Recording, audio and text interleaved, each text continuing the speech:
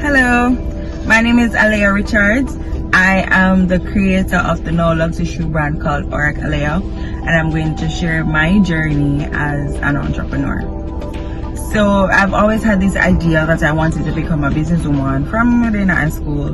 However, I felt a little more passionate about it when I began sixth form.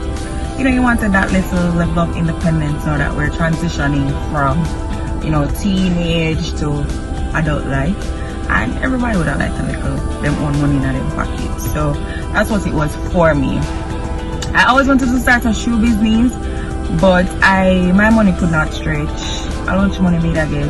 That never had a stretch. So I decided to do jewelry with another friend. And what I would do was save, let's say I want nice like a $4,000. And I had a friend who had a Scotia Visa debit. By this time I did not know how to order online, by the way, and my friend did, and she had a ship me account. So I was like, okay girl, we're gonna do this, and she's like, sure.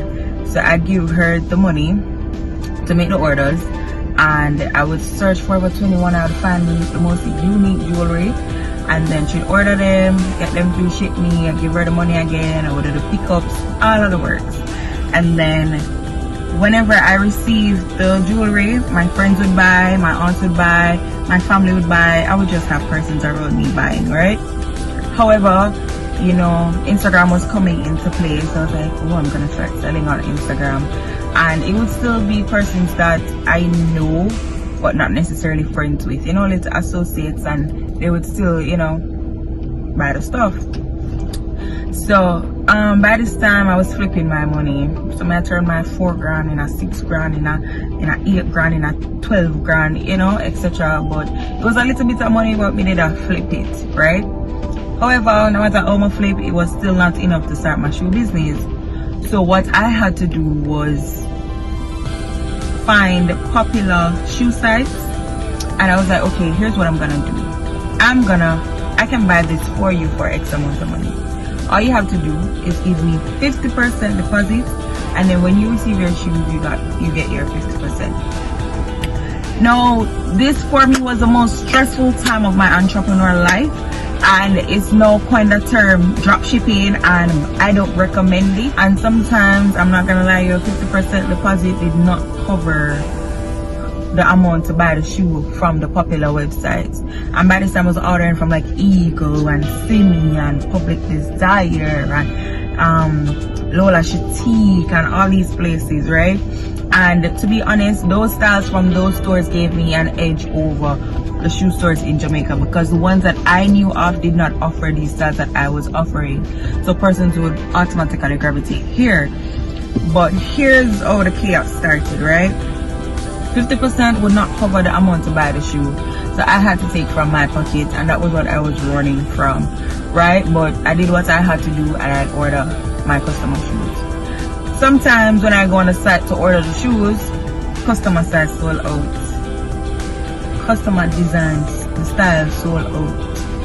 I'm gonna have the customer money, and I was like, I have to go back to them and like, oh, your size is sold out, what do you want? Or, oh, this design is not available in this color, or do you want something else? And it would have been a disaster. Like, I hated those, having to confront my customers about that. And alright, fine, size and style today, make the order. Seller delay, ship me delay, customs delay, me delay. And the customer them cuss from now till morning because they wanted your shoes for this time or for X time, and I just could not deliver it on the time that I had stipulated. I'd be like, oh, give me 2 weeks. 2 weeks done, and the customer don't get them shoes. And sometimes, to be very honest, I would dodge my customers. I'd be like, oh, I can't be with this today. Just poor customer service. And at the time, I did not realize that this was poor customer service, but I'm happy that I went through those times, because me now like people ask me say me I scam them. But for me at that time, it was more of learning to grow as an entrepreneur, as a and it kind of helped me to like personally develop, because I had to have a lot more patience because you're dealing with people and your brand is on the line, you know. And I basically grew my customer service. So I feel like I have very good customer service relationship right now, and it is thanks to those customers that I had to deal with back then, you know. But as I said, little to no control, and I was like, this is not working out for me, you know. It was a disaster. And one time one girl said she could call fraud coming from me. That's how bad things got, you know. So I was like, I can't do this. I really can't do this. I want to order my shoes and have them in hand. So I started researching in wholesales, but I could not find the designs or the styles that I was offering from the popular sites. I remember, you know, these styles were the ones that gave me the edge over the other stores.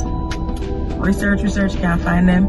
Tutus, a lot of shoe store them in Jamaica start off with a nice style them, and I'm like, oh my god, what am I gonna do, you know? Still research, and then this random thought came to my mind, like, start your own shoe line. Why not? See how you could do it. So my research went from wholesaling to manufacturing, and at the time, for me, it was just a goal, you know. Like, I did not realize how much it would have taken for me to actually start my own shoe line, but you know, I was like, I'm gonna do it. And I used to say it to my friends, like, I can do it. None of them did believe me, you know. They believe me now though, but I was like, I'm gonna do it, you know. Anyways, when I did find a factory that I wanted to work with, the minimum order quantity was too high. I did not have that amount of money, because as I say, I'm a student and I started UA by now, but the money was a little bit more, the lunch money was a little bit more than high school, but it still wasn't enough to start a shoe business, right? And I knew for sure that the shoe industry is what I wanted to be in. So I had to buy some shoes wholesale. Now there's this store that anytime I visit Florida, I would go there and shop, and they sell the shoes really cheap. So my sister was like, I know a way to get them to Jamaica through a shipping company. So I was like, all right, I'm gonna get you the money and you buy them, right? So I sent her maybe like $100 and something US, and she bought some shoes and shipped them to Jamaica. But when I started advertising them, she had just bought them. Everybody loved them, you know. Everybody said, yeah, I can't wait this to go with this. People are sending me outfits, and I said, oh my god, do you think this can go with this? And I'm like, yeah girl, of course, because you know me, I make sure my shoes sell. So the shipping company, however, took almost 3 to 4 weeks to send my shoes to Jamaica. And to be very honest, I did not know that fashion moved that fast, because when the shoes actually got to Jamaica, nobody inquired.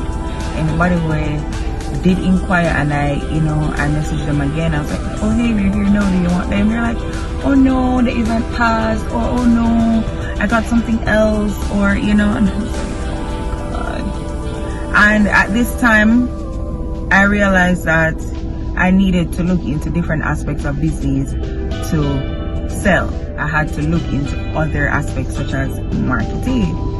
So because I did this, I started taking notice of how other businesses, especially in Jamaica, how they marketed their brands, and I realized that a lot of them use influencer marketing.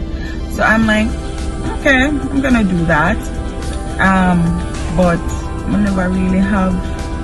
I didn't have enough shoes to give away, because like if I give so much shoes away, what will I sell? I was like, no man, all roads are leading to starting my own shoe line, because I have to do something different to reach out different to my customers, right? So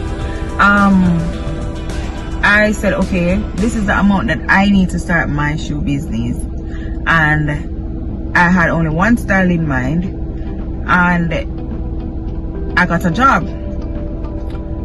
And I kid you not, this job, I used almost every single dime to fund my business.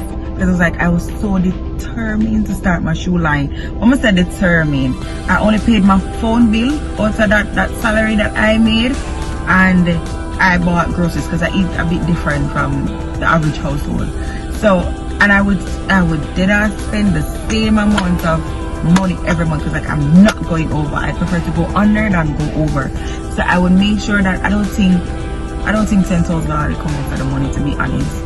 That is how much we say I am going to put every single dime that I make of this business for this time to start my business, because I don't know when I'm going to get that opportunity again. And that was 2 years ago, and I still haven't gotten that opportunity ever. And to show you how much I wanted this, I took a job that I was on my feet 8 hours a day for 5 days a week, sometimes 6.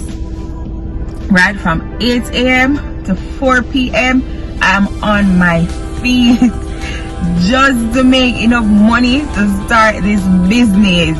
And me not using so much labor, I'm not going to go around you, but I was like, yeah, listen, I need to get this done. This is what I want to do, right? And I can't sit down and wait for money for flip and all of that. And I'm not the best saver, to be very honest. I don't know how for sometimes with the money put on, I'm like, I want something nice to eat or something nice to buy, you know. So I wasn't the best saver, and I don't think I was, as I said at the time, I wasn't delving into other parts of business, especially money management. So I don't feel like I was doing it the correct way. Not name accounts, when I not take accountability for nothing, right? So it was just me buying and selling and putting back the money, buy and sell, you know. But as I said, it was a lot more on the line now. The investment was so much, and I had to ensure that that I got returns on my investment. So I couldn't do what I was doing before, you know. And I ordered 90 pairs of shoes. I had only planned to order 30, but the money could have stretched. So I said, alright, 90 pairs it is, and I bought 3 styles, 30 pairs each. And everybody loved the designs. I think those are the most loved collection. And I've done 3 collections so far, and those were the most loved ones, the first ones that I did. Oh my god, you know. And then I was like, I'm gonna do influencer marketing. Someone message everybody when I put a message. And I'm very thankful for all the influencers that took a chance with Aurak Alea, because I was so nervous. I messaged so many people because I was like, I don't know if they're gonna say yes, you know, because my brand was so small. It's still a bit small, but it was extremely small at that time. But there were lots of persons who took Aurak, and they said, okay, I like your style, let's do this, you know. I'm very thankful for those people, because I feel like a lot of my sales were attributed to them, and I started putting in groundwork. If you know, at school they had a fashion show, I was like, don't leave out Aurak. If there's gonna be a pop-up anywhere, I'm like, don't leave out Aurak, because we're gonna be there, you know. So I started putting a lot of groundwork. I started being a little bit more out there, you know. And as I said, I did use a lot of influencer marketing, so I would have gotten persons to, you know, basically promote my brand, you know, popular persons to promote my brand. And it was a very good turnout for me. Them first set day, it was very encouraging. I'm gonna share 2 stories that I feel like is pertinent to my growth. So I had started looking into websites, and for those who don't know, or for those who do know, Shopify is very good, user friendly. I don't have much to do, and I played around it for like a month before I actually opened my website to make that payment. And I was like, I realized that I don't have the money like a week before. I was like, where am I gonna get the money? You know, like, oh god, what am I gonna do? But you know, girl, pull through one way or the other. But that was very hard for me. And you know, I did not take into consideration that overhead expenses might be fixed while the revenue might not be so incoming, you know. My other story is, I moved out of shop necessities because I was like, okay, it was a very good experience, to be honest. The owner was very nice and all of that, but for me, I just don't feel like that was the best move that I could have made at that moment, right? So I moved out and I told her, hey, if anything, I'm gonna be back, you know. So, and I meant it. However, by the second collection, I had gotten an opportunity to be in a store on Hagley Park Road, and it was all good until the owner started being a bit condescending. And I'm only sharing this story because it is a lot of, you know, issues that young entrepreneurs face or are going to face, and that is only because you're a small business. Because I feel like that's the only reason that she would have tried to belittle me and belittle my venture, and that's because she felt as though